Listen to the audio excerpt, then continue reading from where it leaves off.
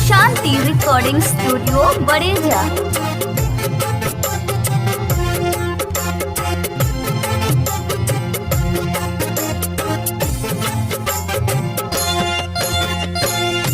कवन कसूर भैया पप्पू यादव कैल हैं, कवन कसूर भैया पप्पू यादव कैल हैं।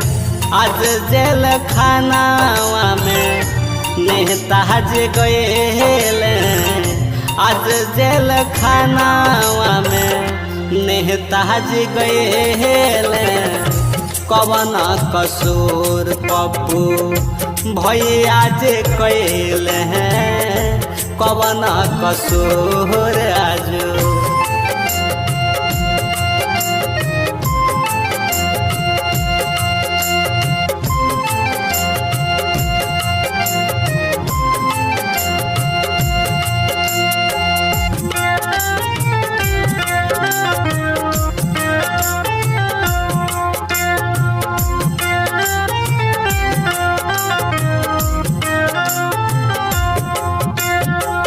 जहिया बाढ़ आइल रहे पटना शहर में, घूमी घूमी के सेवा कैले पानी के लहर में।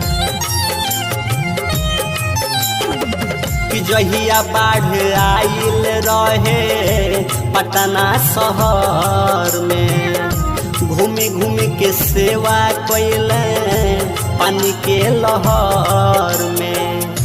काहे तुहरा नजरी में दुश्मन हो गईले, काहे तुहरा नजरी में दुश्मन हो गईले। आज जेल खाना हवा में नेताज गएले, आज जेल खाना हवा में पप्पू भैया गएले।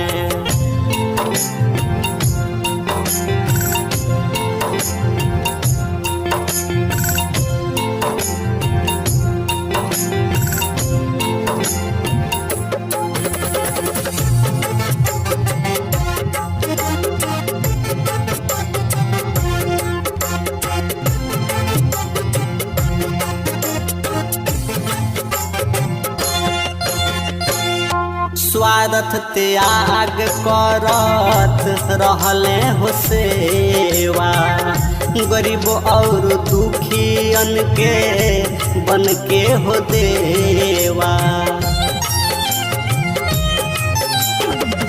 कि स्वार्थ त्याग आपन करत रहले सेवा, गरीब और दुखियन के बन के हो देवा। काहे सुशासन इतना करूर आज भइल, काहे सुशासन इतना करूर आज भइल। आज जेल खानावा में नेताज गएल, आज जेल खानावा में पप्पू यादव गएल।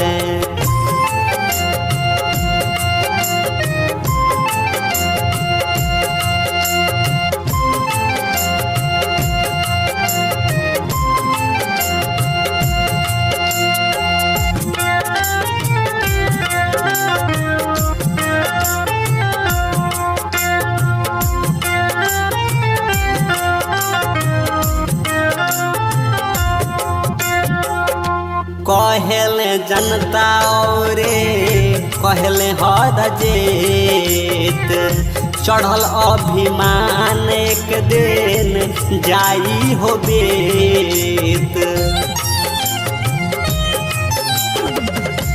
कहले जनता और कहले हर जेत, चढ़ल अभिमान एक दिन जाई हो बेत। रणधीर शैलेश देखी मनवा दुखी भयले बबलू आ मंटू देखे मनवा दुखी भयले आज जेल खानावा में नेहताज गएले आज जेल खानावा में पप्पू याद गए